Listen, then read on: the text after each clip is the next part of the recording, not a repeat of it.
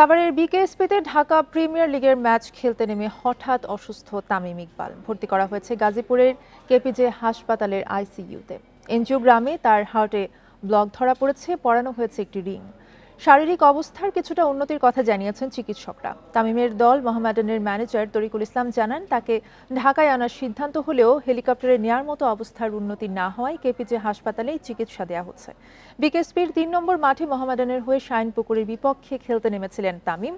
টসের পর হঠাৎ বুকে ব্যথা অনুভব করায় তামিমকে বিকেএসপিতেই প্রাথমিক চিকিৎসা দেওয়া হয়। অবস্থা ভালো না হওয়ায় নেওয়া হয় হাসপাতালে। তামিমের অসুস্থতার খবর শুনে পরিবারের সদস্য ছাড়াও বিসিবি সভাপতি ও পরিচালকের অনেকেই হাসপাতালে ছুটে যান।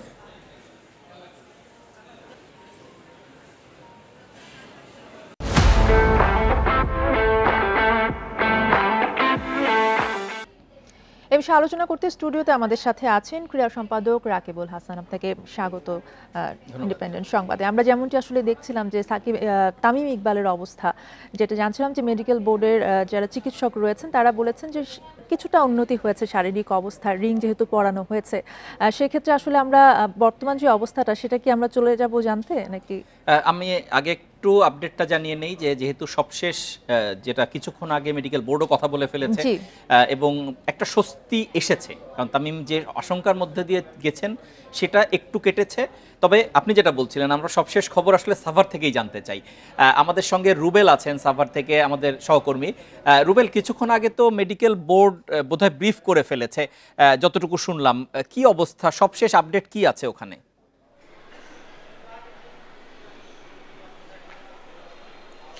দেখুন, এখন থেকে ঠিক 5 থেকে 7 মিনিট আগে এই কেপিজে ঢাকা হসপিটালের যিনি পরিচালক রয়েছেন ডাক্তার রাজীব, তিনি কিন্তু আনুষ্ঠানিকভাবে তামিম ইকবালের শারীরিক অবস্থা নিয়ে ব্রিফ করে কিন্তু তিনি কিছু তথ্য দিয়েছেন। তিনি বলেছেন তামিমের শুরুর দিকে যে ধরনের ক্রিটিক্যাল অবস্থা ছিলেন বা যে ধরনের আশঙ্কাজনক অবস্থা ছিলেন, তিনি কিন্তু আমাদেরকে প্রাথমিকভাবে এখন জানিয়েছেন তিনি অনেকটাই এখন স্থিতিশীল অবস্থায় রয়েছেন এবং তামিমের যে হার্টে যে শতভাগ একটি ব্লক ধরা পড়েছিল সেখানে কিন্তু ইতিমধ্যে একটি রিং পরানো হয়েছে এবং সেই রিংটি তিনি আমাদেরকে জানিয়েছেন যে একদম সফলভাবে পরানো সম্ভব হয়েছে। তিনি আশাবাদী যে তামিম খুব দ্রুততম সময়ের মধ্যে এই স্থিতিশীল অবস্থা থেকে রিকভার করবে এবং তিনি সুস্থ হবেন এবং তিনি দেশবাসী সহ সবার কাছে কিন্তু তামিমের শারীরিক অবস্থার জন্য কিন্তু দোয়া প্রার্থনা করেছেন। এবং এর আগে তামিমের যে প্রাথমিক যে চিকিৎসাটা বিকেএসপি হাসপাতাল বা সংশ্লিষ্ট যারা ছিলেন তারা কিন্তু তামিমকে দ্রুততম সময়ের মধ্যে হাসপাতালে আনতে পেরেছিলেন বলে তিনি বলছেন যে তামিমকে এত দ্রুত সময়ের মধ্যে তারা রিং পরিয়ে কিন্তু তারা অনেকটা সফলতার দিকে এগিয়ে যেতে পেরেছেন বলে তিনি কিন্তু জানিয়েছেন এবং তিনি বলছেন যে তামিমকে এখন পর্যন্ত এখানেই রাখা হচ্ছে, এখানেই তার চিকিৎসা চলবে। পরবর্তীতে যদি তামিমের কোনো ধরনের উন্নত চিকিৎসার প্রয়োজন হয় সেক্ষেত্রে কিন্তু মেডিকেল যে বোর্ড রয়েছে এবং তামিমের স্বজন এবং যারা এই যে বিসিবির যে কর্তা ব্যক্তিরা রয়েছে সম্মিলিত সিদ্ধান্তের বিষয়ে কিন্তু তারা পরবর্তী যে সিদ্ধান্তগুলো রয়েছে সেগুলো নেবে। এবং এই যে সংবাদ সম্মেলনটি হয়েছে এখানে কিন্তু ডাক্তার রাজীব তাদের পক্ষ থেকে যে ধরনের তথ্যটি ছিল সেই তথ্যগুলোই কিন্তু গণমাধ্যম কর্মীদের মাধ্যমে কিন্তু দেশবাসীর কাছে তারা জানানোর চেষ্টা করেছে। তারা এই সংবাদ সম্মেলনে তারা কিন্তু কোনো ধরনের প্রশ্ন নেয়নি। তারা বলেছেন পরবর্তীতে যে কোনো ধরনের এই ঘটনার তামিম ইকবালের শারীরিক অবস্থার যে কোনো বিষয়ে তারা কিন্তু নির্দিষ্ট সময় পরে ব্রিফিং করে দেশবাসীর কাছে তারা গণমাধ্যম কর্মীদের মাধ্যমে জানাবেন বলে আমাদেরকে এই ডাক্তার রাজীব, যিনি কেপিজি ঢাকা হাসপাতালের পরিচালক রয়েছে, তিনি আমাদেরকে জানিয়েছেন। আচ্ছা রুবেল, আরেকটা বিষয় একটু জানতে চাই। বিকেএসপিতে যখন শুরু হলো, আপনার তো কথা হয়েছিল, একটা কথা হয়েছে তিনি দুবার হার্ট অ্যাটাকের শিকার হয়েছেন, প্রথমে একটা মাইল্ড যেটা ছিল এবং পরে সেটা সিভিয়ার আকার ধারণ করে। তো আপনি এই বিষয়ে কি ওখানকার চিকিৎসক কি বলেছিলেন?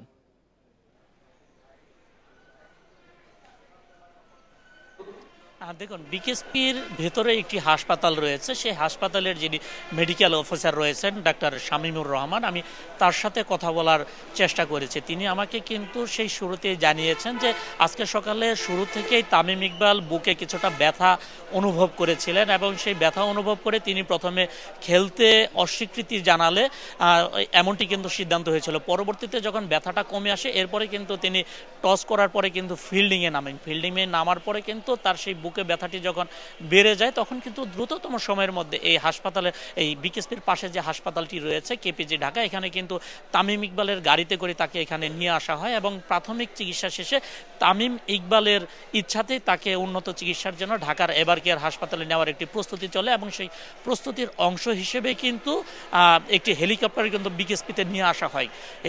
সেই হেলিকপ্টার যোগে তিনি যখন এভার কেয়ার হাসপাতালে যাবেন তারই অংশ হিসেবে এই হাসপাতাল থেকে তাকে যখন বিকেএসপিতে নিয়ে যাওয়া হয় তখন কিন্তু তার শারীরিক অবস্থা অবনতি হয় এবং তিনি কিন্তু জ্ঞান হারিয়ে ফেলেন। তারপরে কিন্তু তাকে 15 থেকে 20 মিনিট বিকেএসপির যে চিকিৎসকরা রয়েছেন এবং এই কেপিজি ঢাকার যে চিকিৎসকরা রয়েছেন তাকে কিন্তু 15 থেকে 20 মিনিট সিপিআর দেওয়ার পরে তার কিন্তু জ্ঞান কিছুটা ফিরে আসে। এরপরেই কিন্তু তার উন্নত চিকিৎসাগুলো চলেছে এবং চিকিৎসকরা আমাদেরকে জানিয়েছেন, তারা কিন্তু বলেছিলেন যে তামিমের সবশেষ যে মেজর যে অ্যাট্রাকটি সেটি করেছিলেন এবং তার একটি ব্লকে শতভাগ তারা ব্লক পেয়েছিলেন। এরপরে কিন্তু তারা সেই তামিমের উন্নত চিকিৎসার জন্য এখানে তারা সিদ্ধান্তে পৌঁছে তারা কিন্তু দ্রুততম সময়ের মধ্যে তামিমের চিকিৎসা শুরু করেন। আপনাকে অসংখ্য ধন্যবাদ আমাদের সঙ্গে যুক্ত হওয়ার জন্য। অর্থে রুবেল যেটা বলছিলেন, হার্টে যে শতভাগ যে ব্লকটা ধরা পড়েছে সেখানে কিন্তু দ্রুততম সময় রিং পরানো ছাড়া কোনো উপায় থাকে না এবং সেটি করা হয়েছে। এখন একটা বিষয় থাকে যে যখন শতভাগ ব্লক থাকে তখন ওই রিংটা অনেক সময় সাকসেসফুল না হওয়ার একটা ঝুঁকি থাকে, যে একেবারে ওটা মানে পারফেক্টলি কাজ করবে কিনা। এখন যেহেতু প্রাথমিকভাবে রিংটা পরানো হয়েছে এবং ডাক্তাররা বলেছেন যে, যেটা রুবেল জানালো যে একটু আগে ব্রিফিং হয়ে গেছে, হাসপাতালের কেপিজেড হাসপাতালের পরিচালক ব্রিফ করেছেন, তিনি বলেছেন এটা সাকসেসফুলি লাগানো হয়েছে এবং এখন তার কিছুটা বিশ্রামের প্রয়োজন।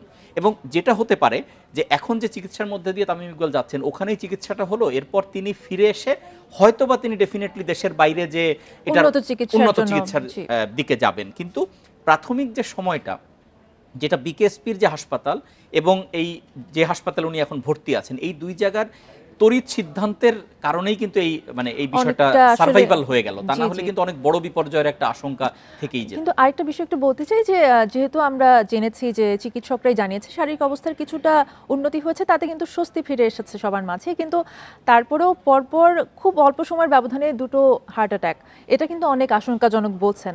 ডেফিনেটলি, কারণ প্রথম হার্ট অ্যাটাকের পরে তিনি যখন আবার মাঝখানে তিনি কিন্তু সকাল থেকেই ব্যথা অনুভব করছিলেন, রুবেল এই কথাটাই বলছিলেন। তারপর তিনি আবার একটু কমে আসায় টস করতে গেলেন, তারপরে মাঠে যেই অঘটনটা ঘটে গেল, ফলে দ্বিতীয় যখন যেটা ম্যাসিভ হার্ট অ্যাটাক বলা হচ্ছে, সেটা তো আমরা বুঝতেই পারছি যে এখন যে আমাদের ক্রোনোলজি যেভাবে জিনিসগুলো এগোলো, তাতে আলটিমেটলি এটা একটা বড় বিপর্যয়ের আশঙ্কা ছিল, কিন্তু সেটা থেকে আসলে উত্তরানো গেছে, সোজা কথা হচ্ছে। এবং এখন যে অবস্থা সেটা হচ্ছে, আশা করা যাচ্ছে যে তামিম ইকবাল যে স্টেবল অবস্থার মধ্যে আছেন, এটা যদি এগোতে থাকে হয়তো 1-2 দিন বিশ্রামের পরে তামিম ইকবাল আমাদের মাঝে ফিরে আসবেন এবং তারপরে এই চিকিৎসার পরবর্তী ধাপগুলো তো পরবর্তীতে নির্ধারণ করা হবে যে কিভাবে পুরো বিষয়টাকে সামলানো যায়। জি, আপনাকে অসংখ্য ধন্যবাদ আমাদের সাথে যুক্ত হওয়ার জন্য।